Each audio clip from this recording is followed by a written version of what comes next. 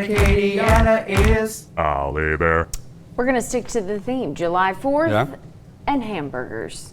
Yes, Ollie Bear is giving us a little class session on grilling, barbecuing 101. Yeah, I bet he was a great student too. He's with the coach and the host of the Pot Podcast, Brandon Hunt.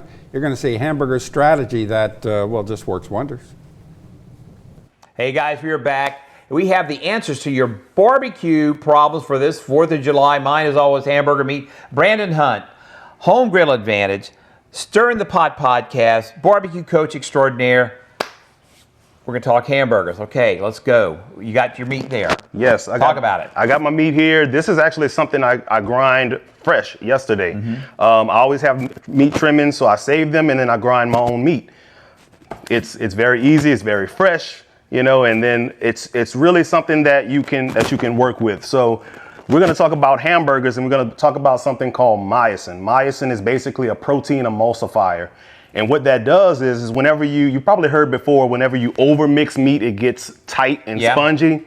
We always talk about people making indentions in the middle of your hamburger, putting an ice cube. All you're doing when you're doing that is you're trying to reverse what you've already done before you put it on the fire. So we're going to show you how to make a hamburger and season it with it staying the same size and just being good. And that's that texture that you want, rather it being spongy or, just hard and dry. Now, this is coarsely ground. Tell me why.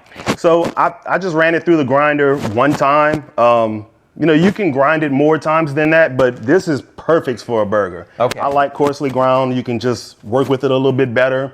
It's nice and fatty. You always want a fatty substance. So if you have a really lean meat that you grind yourself, make sure you add some fat in it. So like 20% pork or 20% fat, so you can get it to look, exactly like this. Because you don't want it dry. No. You want flavor, but you don't want dry. Okay, so what do we do? So we're going to take this and we're going to actually make this into a patty. Now, I've seen so many. I've read a lot of stuff about how do you season it? Is it like 1 tablespoon of seasoning to a pound of meat? How does Brandon Hunt do it? So I'm not going to put seasoning inside this meat and mix it up. That's going to create that myosin and the over mixing. I have this little contraption right here, and I love this thing. This is what I use to form all of my patties because this is what's going to keep it uniform, right?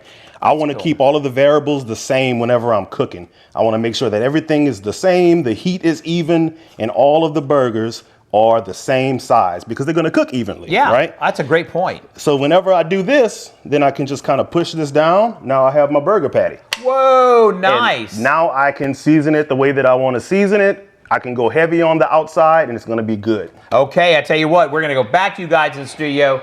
More with Brandon Hunt coming up on this 4th of July.